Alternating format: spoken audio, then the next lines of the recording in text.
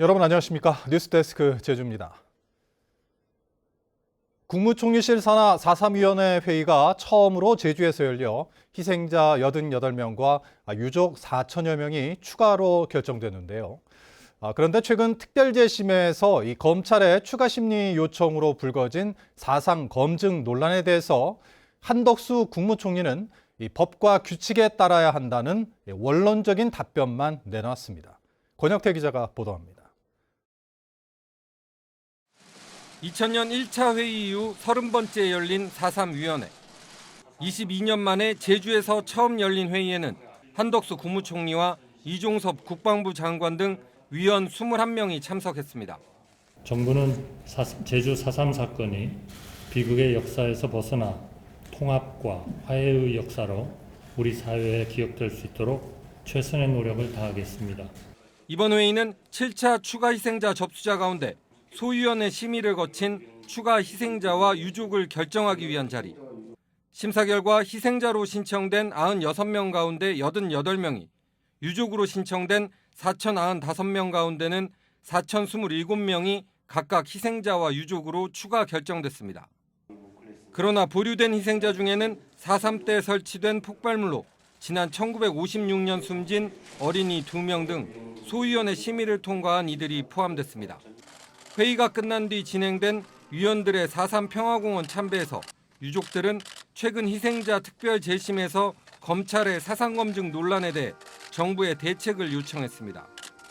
영령님들이 명예가 순조롭게 해결될 수 있도록 마지막 힘을 모아주시면 자연스럽게 다 해결되지 않을까 생각합니다. 이 검찰에서도 좀 이의제기하는 부분들도 있는데 좀 스릴로스에 넘을 수 있도록 마음 도움들을 좀 주십시오. 하지만 한덕수 국무총리는 법과 원칙이라는 원론적인 답변을 내놨습니다.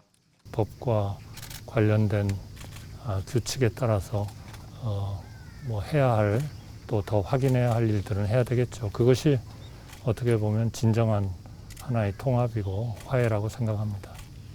한편 당초 참석이 예정됐던 한동훈 법무부 장관과 이상민 행안부 장관은 일정상의 이유로 불참했습니다. 4.3위원회는 내년 상반기 8번째 희생자 추가 신고를 받고 뒤틀린 가족관계를 바로잡기 위한 관련법 시행령 개정에도 속도를 내기로 해 그 결과에 관심이 모아집니다. MBC 뉴스 권혁태입니다. 코로나19 재확산 속도가 무서울 정도로 빠르게 증가하고 있습니다. 오미크론 하위 변이가 확산되면서 PCR 검사가 일주일 만에 2배나 늘었고 하루 신규 확진자는 2,000명에 육박하고 있습니다. 김항섭 기자의 보도입니다. 제주보건소 선별진료소 앞. 무더운 날씨에도 검사 시작 전부터 시민들이 줄을 서 기다리고 있습니다. 확진자가 급증하면서 밀접 접촉자 등을 대상으로 검사가 진행되는 보건소 선별진료소에 대기줄이 늘어난 겁니다. 많이 걸렸어요. 저도 일을 해야 되니까 걸리면 밖에서 밥도 못 먹겠어요.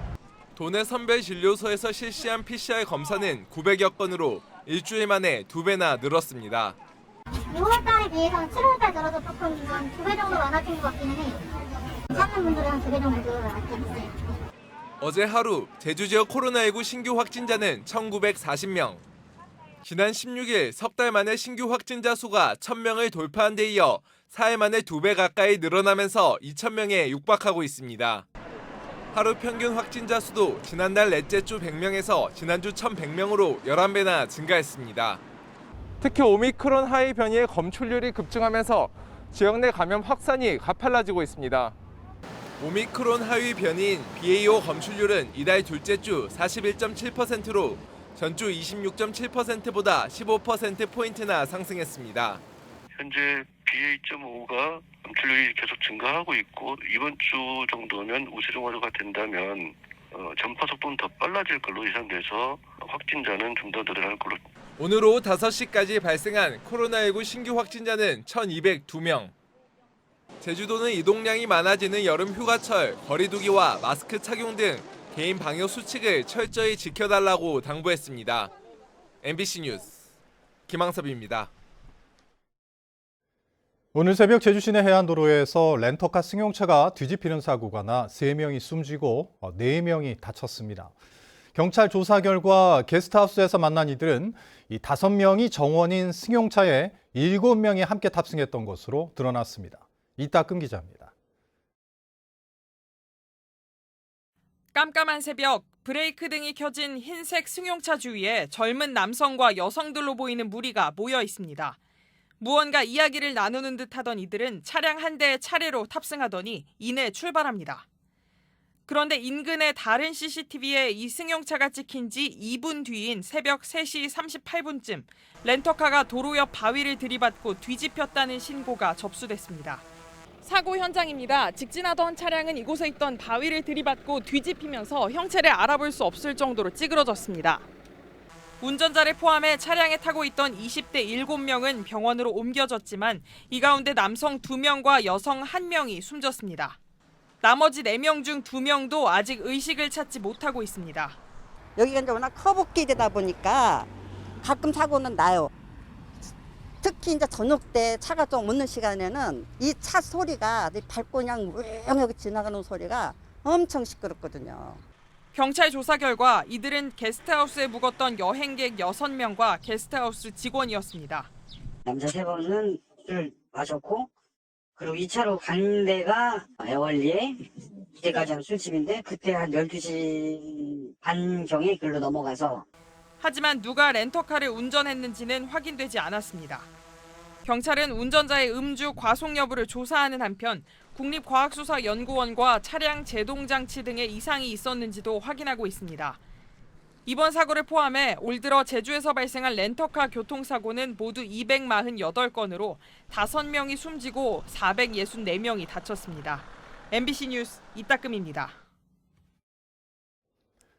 더불어민주당 위성권 국회의원은 내일 국토교통부 관계자로부터 제주 제2공항 전략환경영향평가 보완 가능성 연구 용역 결과에 대해 보고받기로 했다고 밝혔습니다.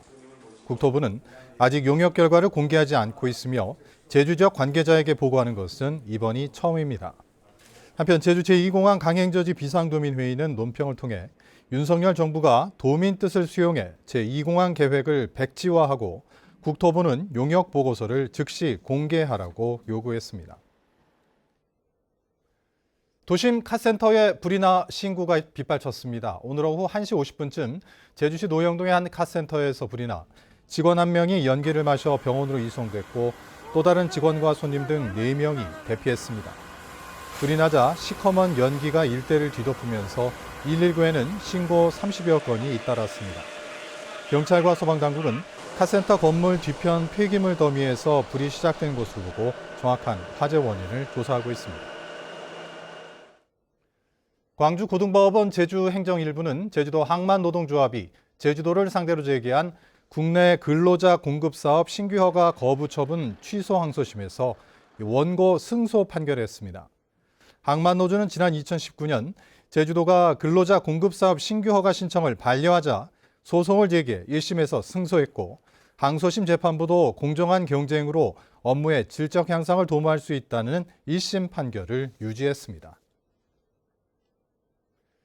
더불어민주당 당대표 후보로 나선 박용진 의원은 제주를 방문해 오영훈 지사와 면담하고 제주 제2공항 갈등 등 제주의 지역 현안을 합리적으로 해결하겠다고 밝혔습니다. 뉴스데스크 제주를 마칩니다. 시청해주신 여러분 고맙습니다.